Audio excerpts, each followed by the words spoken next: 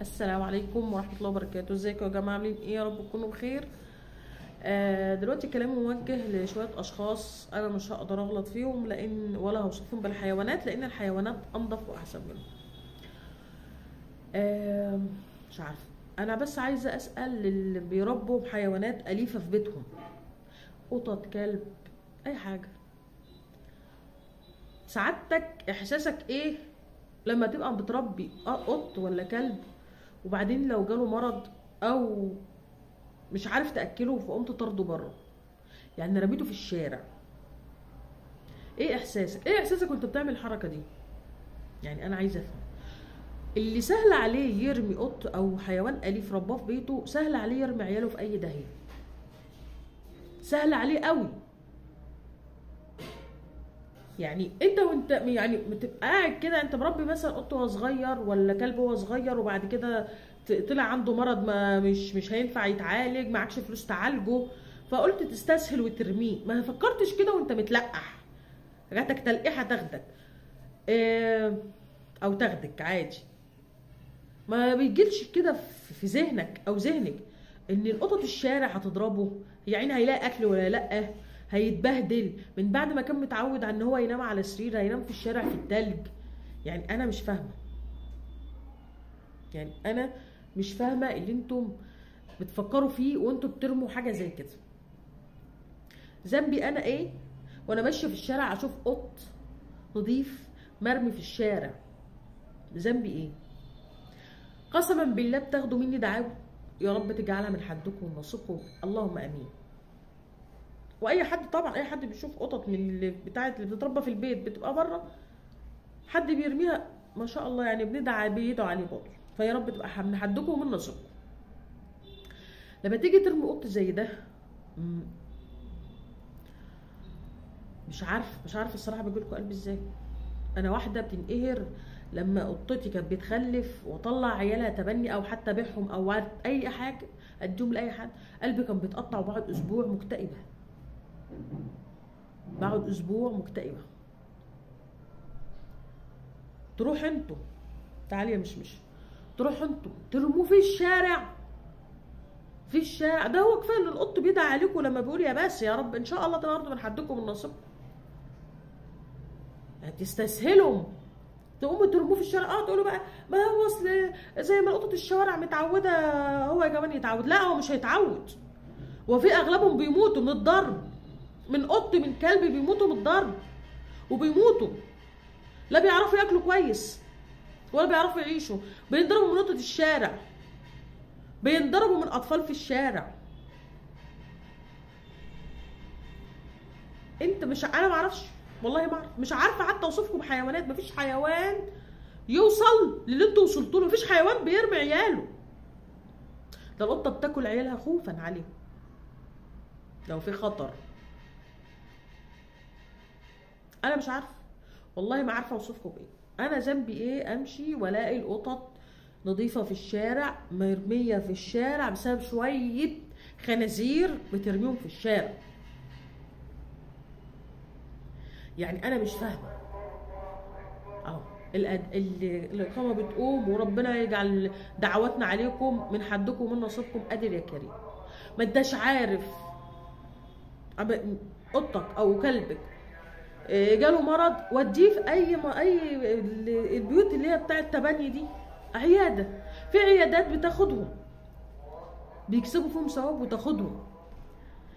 خليهم عندك، حطهم في اوضه صغيره يا دوبك، حط لهم اكل وشرب لحد ما ربنا يتولاهم. انما ترميهم في الشارع ما بيعرفوش يتاقلموا مع اي قطط، مع قطط الشارع، تقوم انت ترميه وهيهون عليك كده ولا يهون عليكي؟ ازاي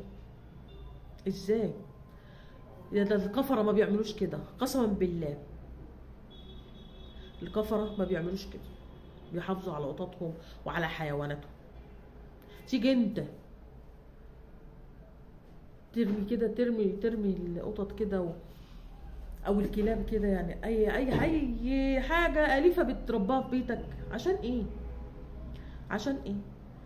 قسما بالله انا بحرم نفسي من حاجات علشان قطتي، قسما بالله. ما يجرؤش حد يجي جنبها، ما يجرؤش حد يجي جنبها.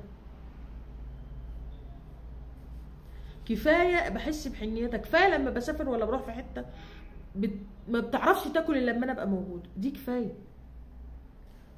كفايه لما بتتعب ما بعرفش، ما برتاحش الا لما بلف عليها كده في العيادات، ولا لازم ببدي حاجات قسما بالله عايزاها ببديها عشانها، عشان انا ما اعرفش اعمل حاجه، ما اعرفش اكل حاجه الا هي تاكل معايا.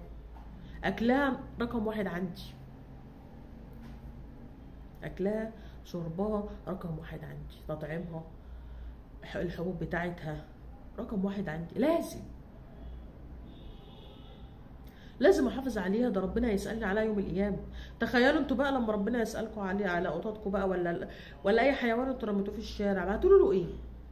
هتقولوا له ايه؟ ده لو لقمه عملتوها بميه وسقتوها بميه كده وادهتها هياكلوها، حته جبنه نستون، بيضه، زي ما انت بتاكل هو هياكل، زي ما انت بتاكل هو بياكل. قسما بالله قطط اختي بتاكل طبيخ معاهم، رز وطبيخ. انا قطتي لا، بياكلوا رز وطبيخ. انت عودت القط بتاعك على كذا هياكل. لو جبت له ب 20 جنيه دراي من عند اي حد بتاع اعلاف هياكل. هتعالجه تعبان، خفت من المرض اللي عنده، مين اللي قالك ان القطط عندها مرض بتعدي؟ مين اللي قالك؟ عندها، هقول عندها عادي، ايه المشكله؟ هيموتك؟ مرضها هيموتك؟ لا خالص.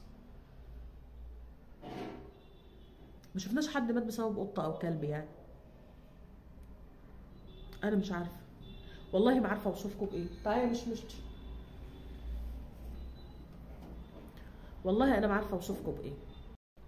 بصوا اهي اللي مخلصه عليها فلوسي كلها، اهي اللي مخلصه عليها فلوسي كلها.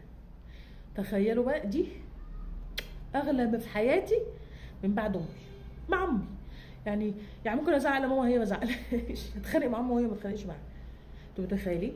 دي مخلصه كل فلوسي، ودي اللي لما تطلع بس على السلم وما الاقيهاش قدامي بقلب عليها الدنيا. ولو حصل لها حاجه كلهم بلا استثناء بيترعبوا. لو انا كنت بره وهي راحت في حته بيترعبوا لحسن اجي ما الاقيهاش. دي اللي ياما عيطت عشانها وهي تعبانه وانا مرعوبه، وعيطت على اولادها وانا بطلعهم وبديهم للناس، وعيطت على عيالها اللي فيهم منهم ماتوا. انتوا متخيلين؟ اول خلفه ليها كان عندها جالها فيروس باين وخلفت اولاد مكسحين. دول كان العشق عندي، وكان فيهم قطه قسما بالله وانا مسافره ما كانتش تخش الاوضه خالص الا لما انا اجي، ولا تاكل ولا تشرب. كان اسمها ليلي، كانت متكسحه قوي. قعدت معايا سنه وزياده، فما كانش معايا فلوس للامانه اعالجها، بس انا والله كنت بجيب لها علاج برضه وكل حاجه، بس صعبت عليا. ناس قالوا لي في ناس بتاخدهم تعالجهم وتسفرهم بره وكده، والله وديتها هي واخواتها الاثنين كانوا برضه مكسحين، بس دي كانت عندي العشق. فانبسطت، قلت مش مشكله اوديهم ليهم هم يعالجوهم ويسفروهم بقى براحتهم. في ناس بتتبنى الحاجات دي وبيقولوا عليهم باين تبرعات وكده، فانا ما اعرفش. كان الناس قالوا لي فقمت مديها لهم. والله يا ربي سافرت مصر بيهم واديتهم لواحده هناك، يعني ما رميتهمش في الشارع علشان فيهم حاجه.